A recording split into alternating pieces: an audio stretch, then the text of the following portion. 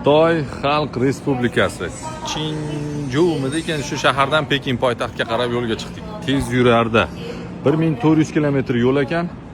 Bu yo'lda biz 6 soatda yetamiz deyapti. Endi 4-5 ta ko'proq ham shekilli ostanovkalarga to'xtar ekan. Bir 400-300 tezlik atrofida yurar ekan. Mana shu poyezd. Tez yurarda samolyotda yurib ko'rdik. Gruppaga ham shunaqa qildikki, hamma narsada Xitoyda hamma narsaga chiqaylik, samolyotga ham chiqaylik, tez yurar poyezdiga ham, avtobusga ham chiqaylik. Shunda qiziq bo'ladi. Xitoyda u chekkasidan bu chekkasiga borish, to'liq tanichish, hamma sharoitini ko'rish qiziq bo'ladi. Bu yog'i VIP biznes ekan. Bizniki VIP emas, 2 kishiga $100 ga bilet oldik. Mana shu Doniyor bilan birga o'tiramizmi? Salom, ni hao. Stollari lekin yaxshi emas ekan. 6 soat yurish uchun qulay emas. Ketdik. Efir ketyapti bu yerda, efir. Mana efir ketyapti. Mana shu relsni qo'yaman bolalar. Rels video oldim. Mana test yurar necha soatda, necha kilometr yurar. 6 soat ketarkanmiz. Soatiga 300 kilometr. Ozg'in vazni 50 kilogramdan kam bo'lganlarga ko'chaga chiqmaslik tavsiya qilinmoqda. Qayerda va nega deysizmi? Hozir bilib olasiz. Xitoyning shimoliy hududlarida 13-aprelgacha shamolning keskin kuchayishi kutilyapti. BBC xabariga ko'ra, shamol tezligi 150 km/soatgacha. Pekindan shunda? Biz o'sha yoqqa ketyapmizmi? Vazningiz necha kilo? Men 88 kilo. Uchmas ekansiz. Sizchi?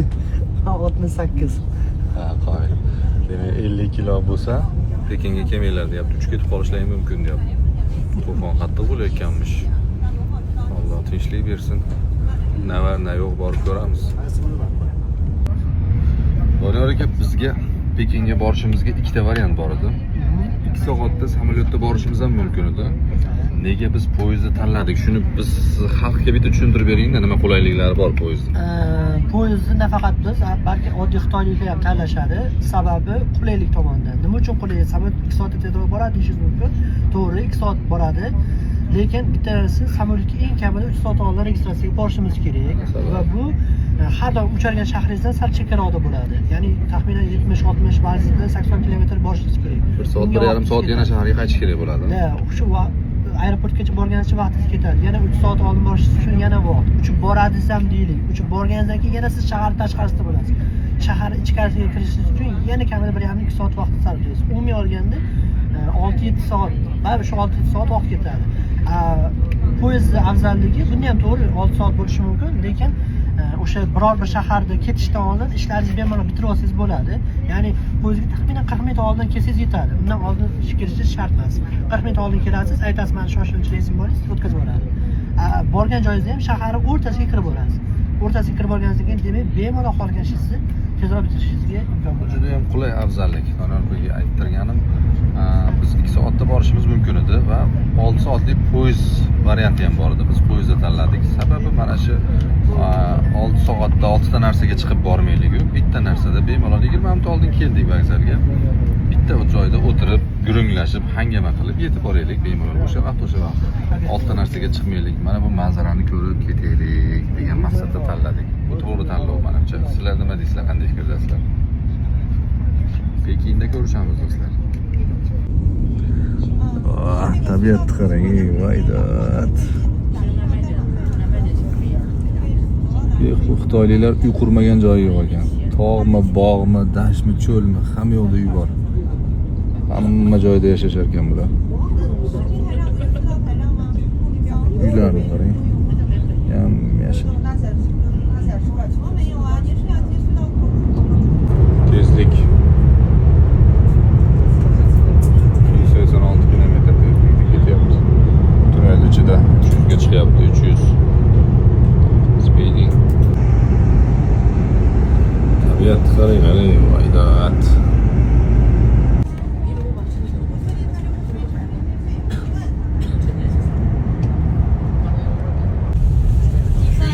Tezlikka chiqdi. Ularni qarang, qurilishlar. Boshiga bir narsa kiygizib qo'yibdi, страховка uchunmi, nima uchunmi? Quyosh botyapti. Dalani o'rtasida shunchadan qurib tashlashibdi.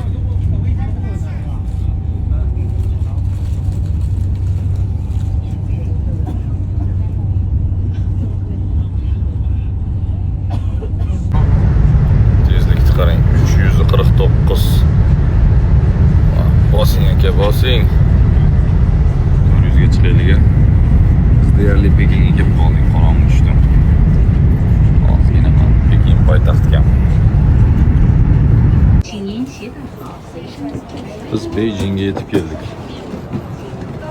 Ya. Poytaxt Pekin. 400 ga chiqadi degdi, chiqmadi, aldadi biz 50 tezlikka. Lekin 350 tezlikda qilt etmas ekan, hech narsa bilinmas ekan. Salkam 7 soat yurib poytaxtga keldik. Chumolini uyasi deydi-yu. Necha million odam yashaydi bu yerda, Doniyor aka? 25 millionga yaqin aholi yashaydi. Poytaxt o'zida. Poyezdni qarang bu. Chetdan kirib kelganlar hisobga olinmay, har xil viloyatga 50 million bo'lsa kerak. Xitoyda bir 100 million odam yo'qolib qolsa ham hech narsa bilinmasa kerak. Keldik. Na bor, na yo'q. Ko'ramiz Pekinda. Hotelda bir obzor qilib beraman. Faqat mana shu davlatda odamlar probkasi bo'ladi. Boshqa hech qayerda bo'lmaydi. O'zbekistondan 50 talik komanda kelyapti. Ularni kutib olish uchun keldim. Ular bilan endi bir hafta sayohat qilamiz.